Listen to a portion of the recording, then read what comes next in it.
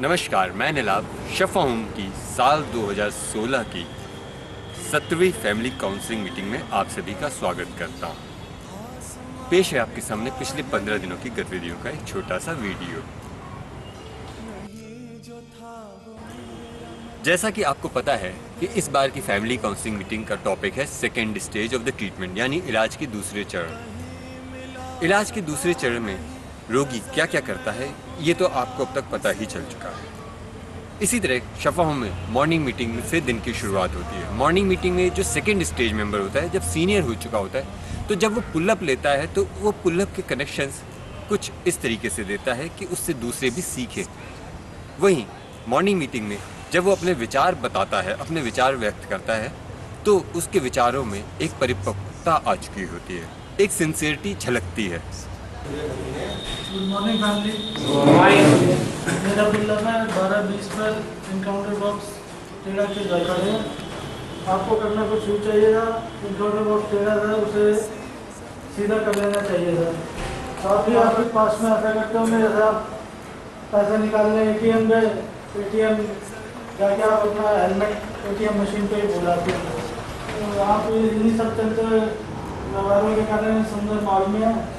आशा करता हूँ आप अपने व्यवहारों में मेरा आज का विचार है कि मैं यहाँ आकर सुनने पर काम कर पा रहा हूँ। यहाँ आकर मेरे को ये चीज़ पे बहुत फ़र्क पड़ा कि जो भी मेरे से सीनियर हैं या जो मेरे अपने साथ में काम करने वाले हैं कुछ भी कहते हैं तो वो शुरू में मेरे को बड़ा अजीब सा लगता था, बड़ा बुरा सा लगता था, क्योंकि मैं आदी नहीं था। और यहाँ आके धीरे धीरे करके मैं उस चीज़ को सीखने लगा और मेरे को अब अच्छा लगने लगा है कि मतलब सुनना ही एक सबसे बड़ी चीज़ है। जब हम सुनते हैं तो वो हमारे माइंड में एक तरह से रजिस्टर होता है। उसके बाद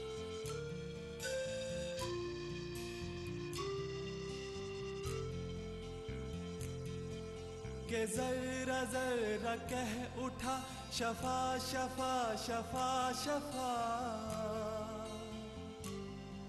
शफा शफा शफा शफा शफा शफा शफा शफा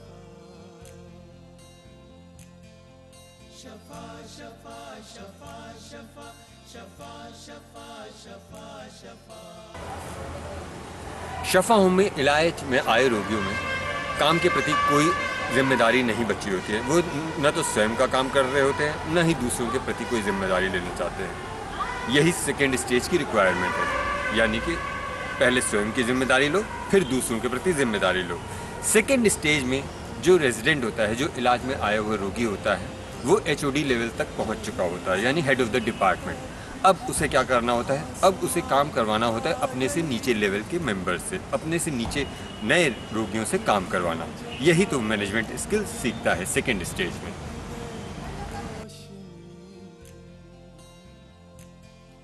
कहीं मिला सका नहीं नजर में अपने आप से, मैं खुद से भागता रहा यहाँ वहाँ वहाँ यहाँ। Thoughts scattered, shattered dreams, hazy surfaces. That is the past. That is the past.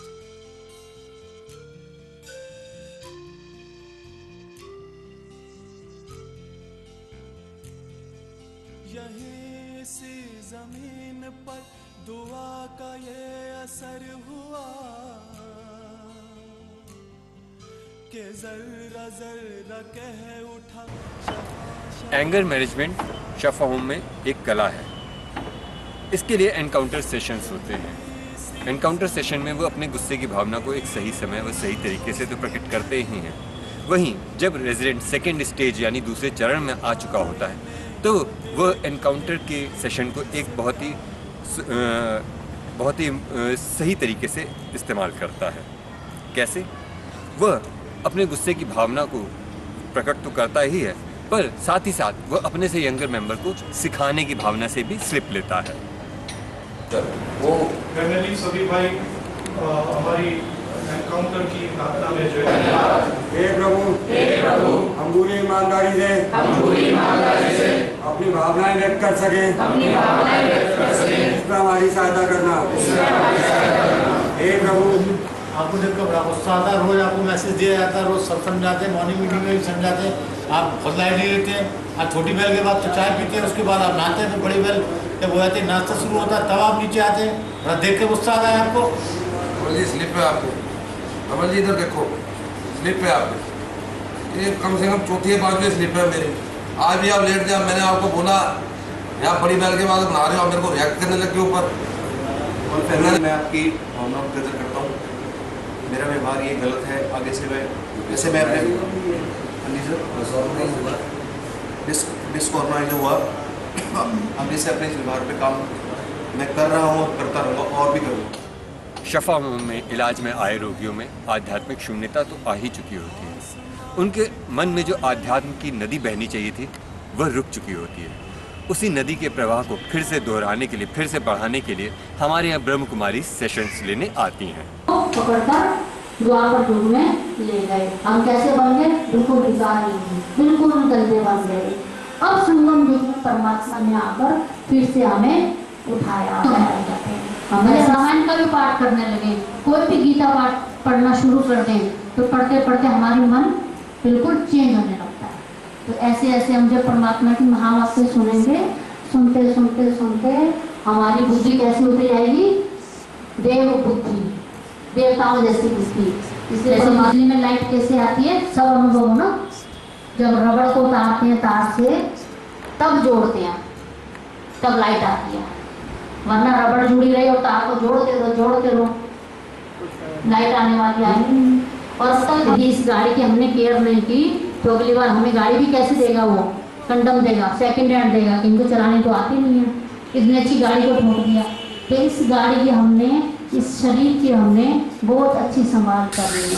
बिना नशे के भी हम अपने अंदर की भावना को बखूबी व्यक्त कर सकते हैं। इसके लिए कोरियोग्राफर बॉब आते हैं जो कि डांस के द्वारा अपने मन की छुपी भावनाओं को कैसे व्यक्त करें ये सिखाते हैं।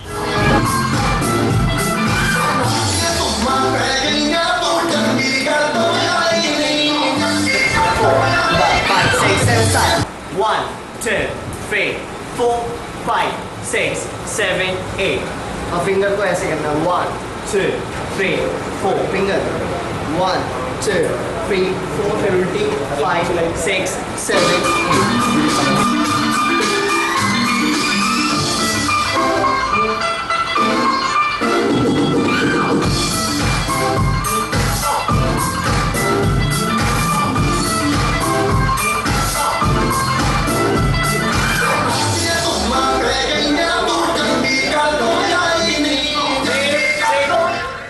इस बार कॉर्पोरेट ट्रेनर महेश्वरी जी ने सेशन लिया रिश्तों की साइकोलॉजी के ऊपर, यानी कि हम रिश्तों को किस तरीके से अनुभव करते हैं, किस तरीके से उनको परसीव करते हैं, हम किस तरीके से उनको देखते हैं। कुछ रिश्ते जो हम खुद बनाते हैं, कुछ रिश्ते जो हमें मिलते हैं, जैसे माँ बाप से हमारा रिश्ता। वहीं जब हम खुद माँ बाप बनते हैं तो हमारा क्या रिश्ता होता है। इसी हमारी अप्रोच क्या होती है? पहला सिनेरियो ये है कि जब खुद की गाड़ी चलाते हैं। दूसरा, जब गाड़ी रेंट पे लेते हैं, हमारी अप्रोच क्या होती है, हमारा बिहेवियर कैसा होता है, हमें क्या फील होता है। ठीक है। दूसरा अप्रोच, जब हम एक मकान में रहते हैं जो हमने बनाया होता है, हमारी अप्रोच क्या होती है। और हम किसी रेंट के मकान में रहते हैं, हमारी अप्रोच क्या होती है। ठीक है। वो सारी एक्टिविटी करते हैं। खड़े हो जाए सारे, अपने अपने लेटर्स अपने पॉकेट में डाल दीजिए, टिकट भी, लेटर्स भी। ऐसा करोगे? Okay. Super hit boss, me is confident, me is confident, me is powerful, me is powerful, me is champion, me is champion, and me is successful, me is successful. Last one again, take care.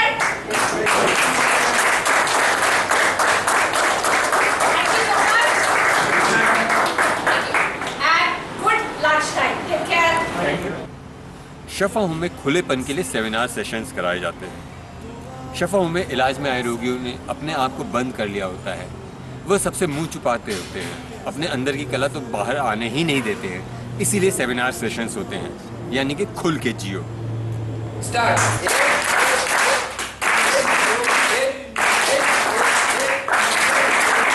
ऐसे बनना यार, ये गधा बनना ही ऐसे गधा बनो आज क्या। अरे बनना तो सही यार, कमाल हो गया।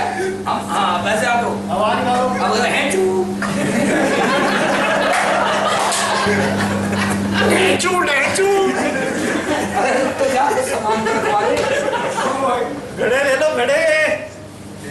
ढेचू घड़े ले लो घड़े। ढेचू ढेचू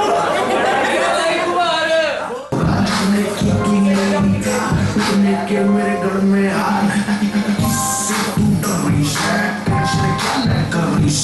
मेरी गेलो जान के चक्कर में पड़ रही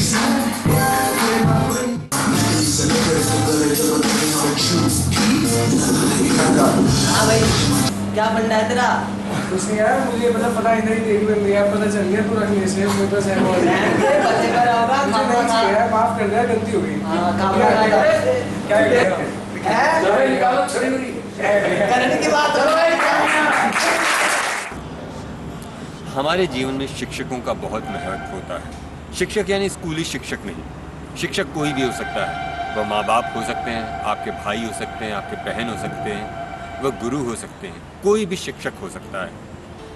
इस शिक्षक दिवस पर हमारे यहाँ एक काफ़ी लंबा सेशन हुआ, जिसमें पहले तो एक क्विज हुई, उसके बाद डिबेट हुई, फिर सभी रेजिडेंट्स ने अपने मन की बात कही।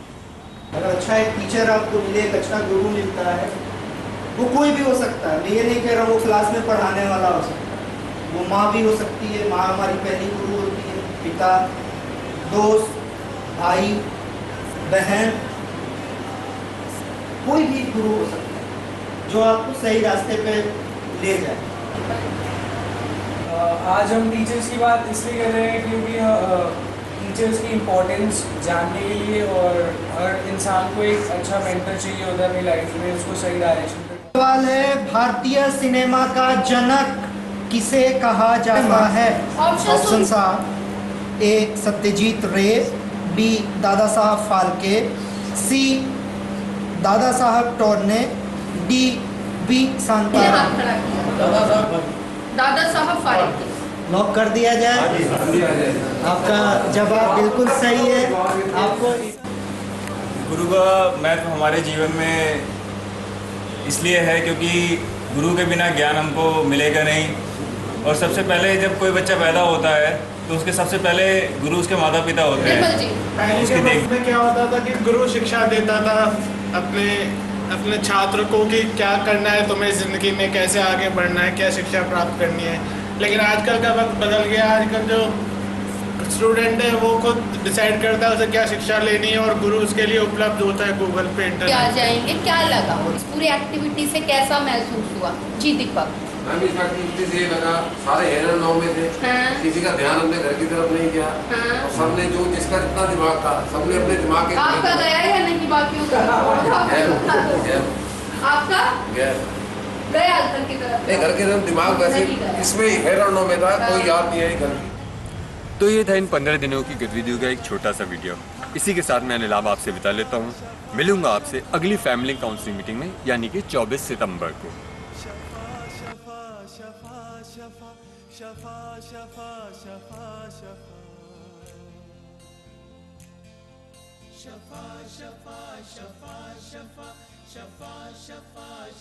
शफा